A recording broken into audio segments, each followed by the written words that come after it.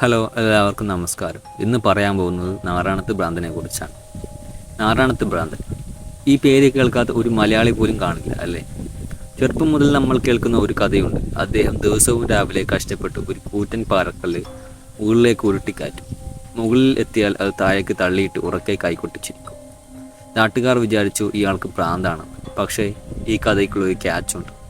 നമ്മൾ വിചാരിക്കുന്ന പോലെ വെറും ഒരു വട്ടൻ്റെ കഥയല്ല ഇത്. ഈ ഒരു പ്രവൃത്തിയിലൂടെ അദ്ദേഹം മനുഷ്യരാശിയെ മുഴുവൻ നോക്കി പരിഹസിക്കുകയായിരുന്നു. ആ രഹസ്യത്തിലേക്ക് വരുന്നതിന് മുമ്പ് യഥാർത്ഥത്തിൽ ആരായിരുന്നു ഈ നാറാണത്ത് ഭ്രാന്തൻ? അദ്ദേഹത്തിൻ്റെ ജനനത്തിലെ പിന്നിലെ ആ നിഗൂഢത എന്തായിരുന്നു?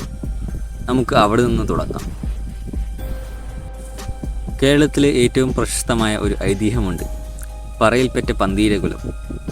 ആ വംശത്തിലാണ് അദ്ദേഹം ജനിക്കുന്നത്.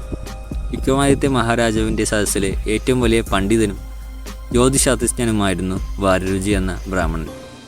അദ്ദേഹം വഴിയിൽ വെച്ച് കണ്ടുമുട്ടിയ താഴ്ന്ന ജാതിയിൽപ്പെട്ട ഒരു പറയ സ്ത്രീയെ പ്രണയിച്ച് വിവാഹം കഴിച്ചു. അന്നത്തെ കടുത്ത ജാതി വ്യവസ്ഥകൾക്ക് എതിരായിരുന്നു അത്. അവർ നാടുവിട്ട് ഒരു തീർത്ഥാടനം തുടങ്ങി. ആ യാത്രയ്ക്കിടയിൽ ആ സ്ത്രീ പ്രസവിക്കുന്നു. ഓരോ കുഞ്ഞിനെയും വഴിയിൽ ഉപേക്ഷിക്കാൻ വാരരുചി ആവശ്യപ്പെട്ടു. അദ്ദേഹം ഭാര്യയോട് ചോദിക്കുമായിരുന്നു, കുഞ്ഞിന് വായുണ്ടോ? അവൾ ഉണ്ട് എന്ന് പറഞ്ഞാൽ വായ തന്ന ദൈവം ഇരയും തരും എന്ന് പറഞ്ഞ് ആ കുഞ്ഞിനെ അവിടെ ഉപേക്ഷിച്ച് അവർ യാത്ര തുടരും. അങ്ങനെ ഉപേക്ഷിക്കപ്പെട്ട 12 മക്കളെ വ്യത്യസ്ത ജാതിയിലുള്ള കുടുംബങ്ങളാണ് വളർത്തിയത്. അതിൽ ഒരാളെ കൊല്ലൻ വളർത്തി, മറ്റൊരാളെ തച്ചൻ വളർത്തി, ഒരാൾ പാക്കരനായി. അങ്ങനെ 12ാമത്തെ മകനായിരുന്നു നമ്മുടെ നാറാണത്ത് ഭ്രാന്തൻ. പാലക്കാടുള്ള ഒരു ബ്രാഹ്മണ കുടുംബത്തിലാണ് അദ്ദേഹത്തെ വളർത്തിയത്. വേദങ്ങളും ശാസ്ത്രങ്ങളും പഠിക്കാൻ അദ്ദേഹം തിരുവേഗപ്പുറയിൽ എത്തി. അസാധാരണമായ ബുദ്ധിശക്തിയായിരുന്നു അദ്ദേഹം. വിചാരിച്ചാൽ വലിയൊരു പണ്ഡിതനായി ജീവിച്ച് ബഹുമാനം നേടാമായിരുന്നു. പക്ഷേ അദ്ദേഹം തിരഞ്ഞെടുത്തത് ഒരു നാടോടിയുടെ, ഒരു ഭ്രാന്തൻ്റെ ജീവിതമായിരുന്നു. എന്തുകൊണ്ട്? ഇനി നമുക്ക് ആ കഥയിലെ പ്രധാനപ്പെട്ട കാച്ചിലേക്ക് വരാം. രായനല്ലൂർ മലമുകളിലേക്ക് കല്ല് ഉരുട്ടിക്കാറ്റുന്ന ആ പ്രവൃത്തി എന്തായിരുന്നു? അതിന് പിന്നിലെ യഥാർത്ഥ തത്വശാസ്ത്രം എന്താണ്? ഒരു ദിവസം ഗ്രാമത്തിലെ ഒരു വലിയ പണക്കാരൻ ഇദ്ദേഹത്തിൻ്റെ അടുത്ത് വന്നിട്ട് ചോദിച്ചു, എടോ നാരായണത്തെ, തനിക്ക് വട്ടാണോ? ഒരു ദിവസം മുഴുവൻ ചോര നീരാക്കി കഷ്ടപ്പെട്ട് കല്ല് മുകളിലേക്ക് എത്തിച്ചിട്ട് ഒറ്റ സെക്കൻഡ് കൊണ്ട് നീ അത് താഴേക്ക് തള്ളിയിടാൻ തനിക്കെന്താ ഭ്രാന്താണോ? അപ്പോൾ നാരായണത്ത് ഭ്രാന്തൻ ആ പണക്കാരൻ്റെ കണ്ണുകളിലേക്ക് നോക്കി ഒരു ചോദ്യം ചോദിച്ചു.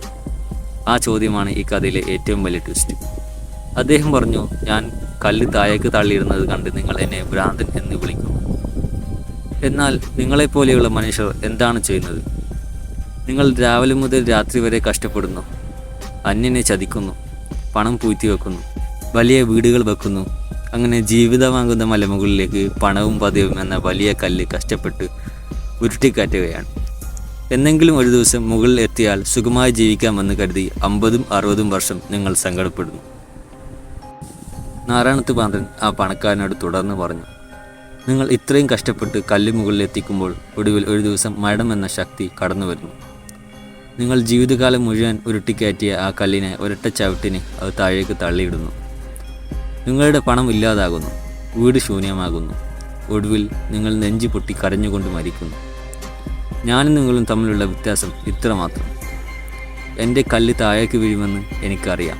അതുകൊണ്ട് ഞാൻ തന്നെ അത് തള്ളി ചവിട്ടി താഴെയിടുന്നു. ആ ചിന്തയോർത്ത് ചിരിക്കുന്നു. എന്നാൽ നിങ്ങളുടെ കല്ല് എന്നും മുകളിലിരിക്കും എന്ന് നിങ്ങൾ വിശ്വസിക്കുന്നു. അതുകൊണ്ട് മരണം അത് തള്ളിയിടുമ്പോൾ നിങ്ങൾ കരയുന്നു. ഇപ്പോൾ പറ, ആർക്കാണ് ഭ്രാന്ത്? സുഹൃത്തുക്കളെ, ഇതാണ് ആ കഥയിലെ യഥാർത്ഥ ക്യാച്ച്. നമ്മൾ ജീവിതത്തിൽ നേടുന്ന പണവും അഹങ്കാരവും പദവികളും എല്ലാം ഒരു ദിവസം മരണം വന്ന് ഇല്ലാതാക്കുമെന്ന വലിയ സത്യമാണ് അദ്ദേഹം ആ കല്ലിലൂടെ കാണിച്ചത്. ഇന്ന് 2026 ജീവിക്കുന്ന നമ്മളും ചെയ്യുന്നത് ഇത് തന്നെയല്ലേ? ഒരു വണ്ടി വാങ്ങുമ്പോൾ സങ്കടം മാറുമെന്ന് കരുതും. പക്ഷേ അതിൻ്റെ ലോൺ വരുമ്പോൾ പുതിയ സങ്കടമാകും. നമ്മൾ സങ്കടങ്ങളെ എടുത്തു നിന്ന് മറ്റിടത്തേക്ക് മാറ്റിക്കൊണ്ടിരിക്കുകയാണ്. ജീവിതത്തിൻ്റെ ഓട്ടപ്പാച്ചിലിനിടയിൽ വലിയൊരു തോൽവി ഉണ്ടാകുമ്പോൾ, അല്ലെങ്കിൽ കഠിനമായ സങ്കടം വരുമ്പോൾ, ഒരു നിമിഷം ആരായനല്ലൂർ മലമുകളിലെ മനുഷ്യനെ ഓർക്കുക. ജീവിതം എന്നത് ഒരു കല്ല് ഉരുട്ടൽ മാത്രമാണ്. സന്തോഷമെന്നത് ആ കല്ല് മുകളിൽ എത്തിക്കലല്ല, മറിച്ച് അത് ഉരുട്ടിക്കൊണ്ടിരിക്കുന്ന ആ വഴിയിലാണെന്ന് നിങ്ങൾ തിരിച്ചറിയുക. അപ്പോൾ നിങ്ങൾക്ക് എന്ത് തോന്നുന്നു? നാരായണത്ത് ഭ്രാന്തൻ ശരിക്കും ഒരു ഭ്രാന്തനായിരുന്നു, അതോ ഈ ലോകം കണ്ട ഏറ്റവും വലിയ ജ്ഞാനിയായിരുന്നു? നിങ്ങളുടെ അഭിപ്രായങ്ങൾ താഴെ കമൻറ്റ് ചെയ്യും. നാരായണത്ത് ഭ്രാന്തൻ്റെ കഥ ഇവിടെ മുഴുവനായിട്ടും പറഞ്ഞിട്ടില്ല. ഒരു ഭാഗം മാത്രമാണ് ഇവിടെ ഇപ്പോൾ പറഞ്ഞത്. മുഴുവൻ കഥ വേണമെങ്കിൽ സബ്സ്ക്രൈബ് ചെയ്യൂ, കമൻറ്റ് ചെയ്യൂ. അപ്പോൾ അടുത്ത വീഡിയോയിൽ കാണാം. നന്ദി.